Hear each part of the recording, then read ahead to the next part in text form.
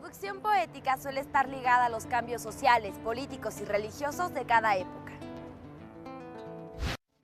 Hoy conoceremos un movimiento poético surgido en España en 1927.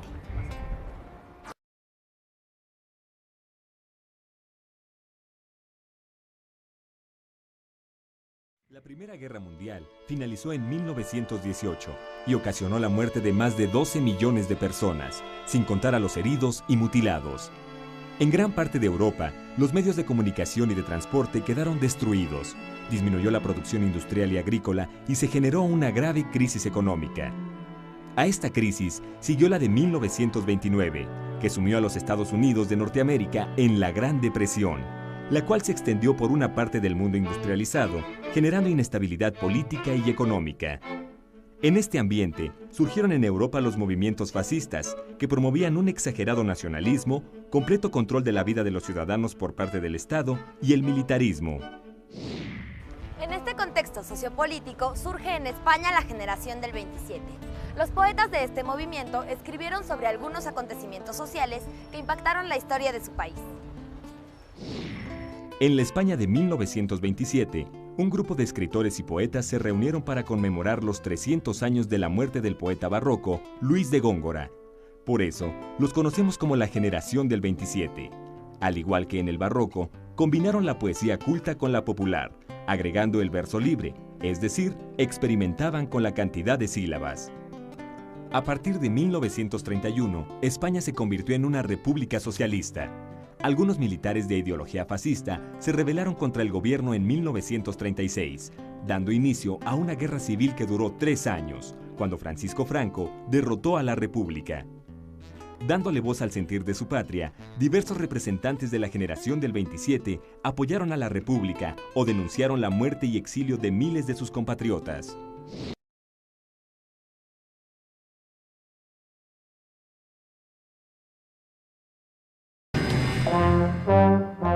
Despertaba el siglo XX cuando España, desprendida de las colonias de ultramar, buscaba olvidar sus derrotas a través del conocimiento.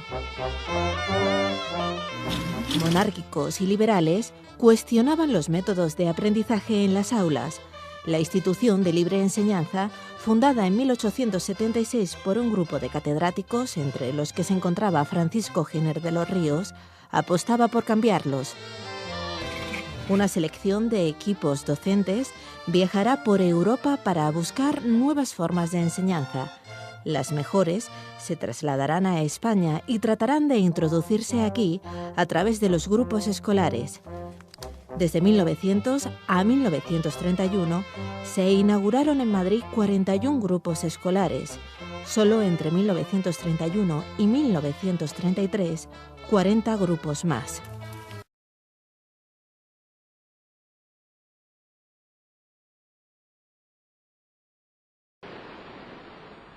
Mi nombre es Francisco Giner de los Ríos, natural de Ronda, provincia de Málaga. Recorrí muchos caminos hasta llegar a ser catedrático de universidad, en Madrid. Pero por no admitir los modelos de enseñanza oficiales, fui apartado de mi plaza. Fue entonces cuando nació la obra por la que soy más conocido, la Institución Libre de Enseñanza. Con la institución creamos un modelo de educación muy innovador para la España de entonces. En nuestras clases teníamos alumnos de todas las edades, desde los más pequeños hasta los mayores, ya universitarios. Intentábamos motivar su curiosidad constantemente y le hacíamos responsabilizarse de la evolución de su propia tarea. Creíamos en el ejercicio al aire libre. Mens sana, in corpore sano. Y creíamos que niños y niñas podían ser compañeros en la misma clase. Lo que más nos gustaba era salir con ellos al campo, a comprender y amar la naturaleza. Con el tiempo saldrían de la institución hombres y mujeres que tendrían mucho peso en la historia de nuestro país. Colaboramos en la creación de la residencia de estudiantes, que dirigió el señor Jiménez Fraut, alumno nuestro también. En la residencia vivieron jóvenes que alcanzarían fama universal, como el cineasta Buñuel, el pintor Dalí o los poetas Lorca, Guillén o Salinas. Allí fueron asiduos visitantes el poeta Alberti, filósofos como don Miguel de Unamuno o músicos como Falla, quienes compartieron su tiempo y sus ideas con los residentes. En la residencia, entre otros muchos, dieron conferencias Marie Curie, la eminente científica, el economista John Maynard Keynes e incluso una de las figuras más trascendentales del siglo XX, Albert Einstein. Hay muchos que piensan que de algún modo la generación del 27 es resultado de nuestra labor, del ambiente de progreso que tratamos de crear en España. Pero aparte de lo anterior, siempre pensamos que sobre todo había que arreglar las desigualdades entre el campo y la ciudad. Las gentes de campo vivían injustamente abandonadas en la ignorancia. Llevarles la cultura era una necesidad que habíamos planteado varias veces sin demasiada suerte. Pero las cosas iban a cambiar. España se hizo republicana.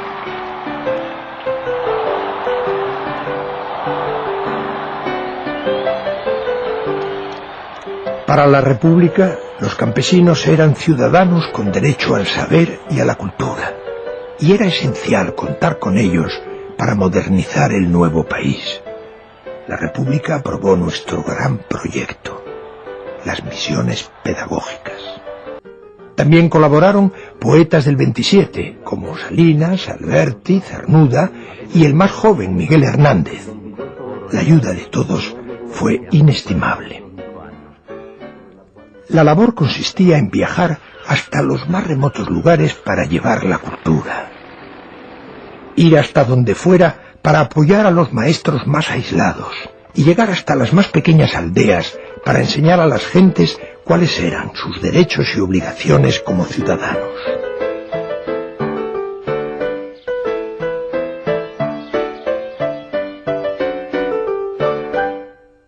Las misiones llevaron a los pueblos más de 5.000 bibliotecas con una selección de libros en la que se tuvo muy en cuenta a los más pequeños para inculcarles así el importante hábito de la lectura.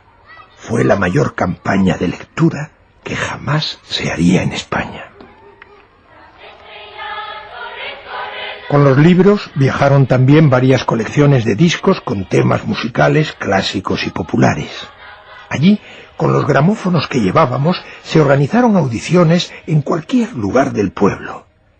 Algunos de los temas populares, en ocasiones, fue reconocido como propio con todo orgullo por los campesinos.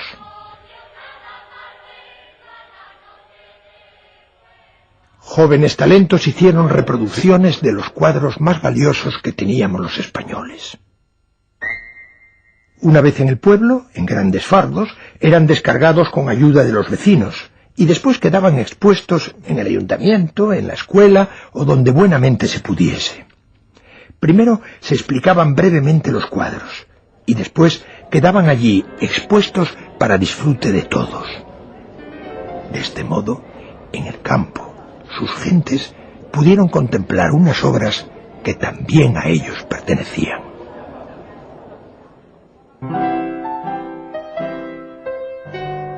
El noble arte del teatro también formó parte de esta hermosa aventura de las misiones.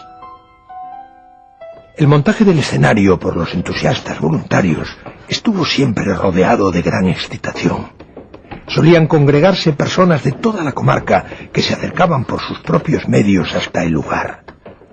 Allí se representaron muchas obras de nuestros clásicos, se recitaron poemas y romances, o intervinieron coros musicales.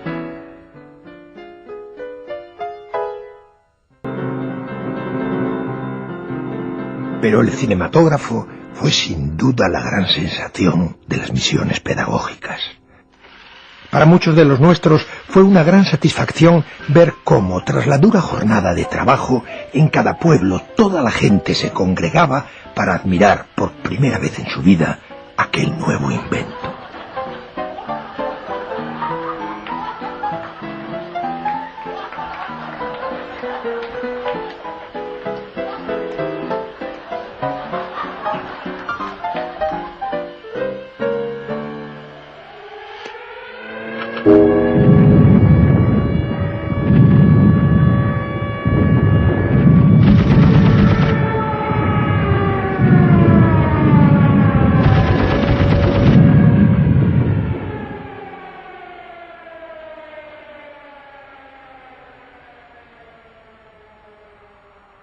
La guerra fue el final de toda esta aventura. Unos cayeron, otros se fueron y unos pocos se quedaron. Los que pudieron siguieron dedicándose con pasión a aprender y a enseñar.